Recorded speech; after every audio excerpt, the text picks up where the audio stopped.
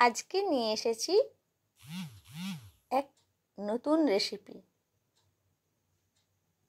রেসিপিটি হচ্ছে লাউয়ের পায়েস।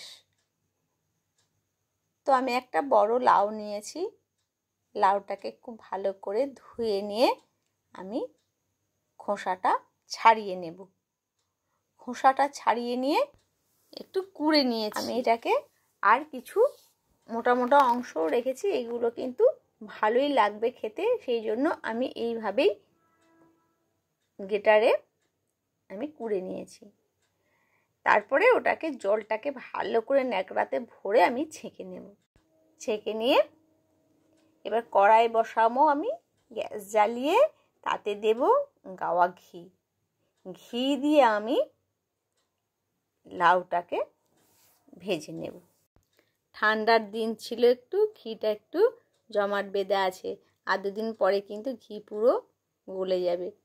তো আমি এইভাবে ঘিটা দিয়ে লাউটাকে দিয়ে আমি ভেজে নেব। তার আগে আমি দেব তেজপাতা আর গরম মশলা ফোড়ন দেব। দিলে কি হবে, ফ্লেভারটা খুব সুন্দর আসবে। তো এইভাবে আমি একটু নেড়ে নিলাম। দিয়ে এতে আমি এর সাথে লাউটাকে খুব ভালো করে ভেজে নিয়ে তারপর আমি দুধটা দিয়ে দেব। ঘিয়ের সাথে লাউটা ভালো করে ভেজে নিলে লাউয়ের গন্ধটা আর আসবে না। ভালো করে এবার দুধের সাথে লাউটাকে আমি নেড়ে নেড়ে মিশিয়ে নেব। ভালো করে মিশিয়ে নিয়ে ফুটতে থাকবে। এবার আমি সামান্য পরিমাণে নারকেল কোড়া দিয়ে দেব। নারকেল কোড়াটা লাউয়ে দিলে কিন্তু পায়েসটা আরও ভালো লাগে খেতে। তো নারকেলটাকে আমি লাউয়ের আর দুধের সাথে ভালো করে মিশিয়ে নিচ্ছি। মোটামুটি আমার পায়েস হয়ে এসেছে। এবার আমি পরিমাণ মতো, যে যেমন মিষ্টি খাবে সেই পরিমাণ মতো আমি চিনি দিয়ে দেব।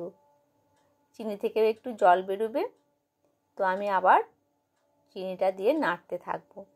তারপরে দুধটা যখন আমার মরে আসবে, চিনিটার জলটাও বেরোবে, সেটাও যখন একদম মরে যাবে, একদম ঘন হয়ে যাবে, তখন আমি নামিয়ে দেব। এতে আমি একটু, আমার খেজুরের গুড় আগায় থাকে, একটু খেজুরের গুড় দিলে না গন্ধটা খুব সুন্দর আসে। পায়েসে খেজুরের গুড়টা খুব ভালো লাগে, সেই জন্য অল্প পরিমাণে আমি খেজুরের গুড়টা দিয়ে দিলাম। তাহলে লাস্টেই দিয়েছি, এটা আমি নেড়ে নেব, তাহলে কী হবে, গুড়টা গলে যাবে ধীরে ধীরে। তো আমার মোটামুটি গুড়টা নেড়ে কিন্তু গুড়টা মিশে গেছে। তো খুব ভালো লাগে খেজুরের গুড় পায়েসের মধ্যে।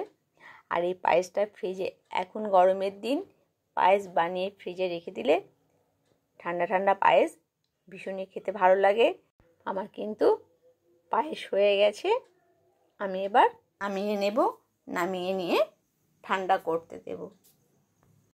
ঠান্ডা করে নিয়ে আমি ফ্রিজে ভরে দেব। ঠান্ডা ঠান্ডা পায়েস কিন্তু বেশ ভালো লাগে খেতে। সে যে কোনো পায়েসই হোক না কেন, সব পায়েসই কিন্তু খেতে ভীষণই ভালো লাগে। এইভাবে আমি লাউয়ের পায়েসটা বানিয়ে নিলাম। এবার আমি পাত্রে নিয়ে নেব। তারপর আমি উপর থেকে কাজু আর কিশমিশ দিয়ে দেব। অবশ্যই এই পায়েসটা আপনারা একবার বানিয়ে খাবেন, ভীষণই সুন্দর খেতে লাগে। ভালো থাকবেন, সুস্থ থাকবেন। দেখা হবে আবার পরবর্তী ভিডিওতে।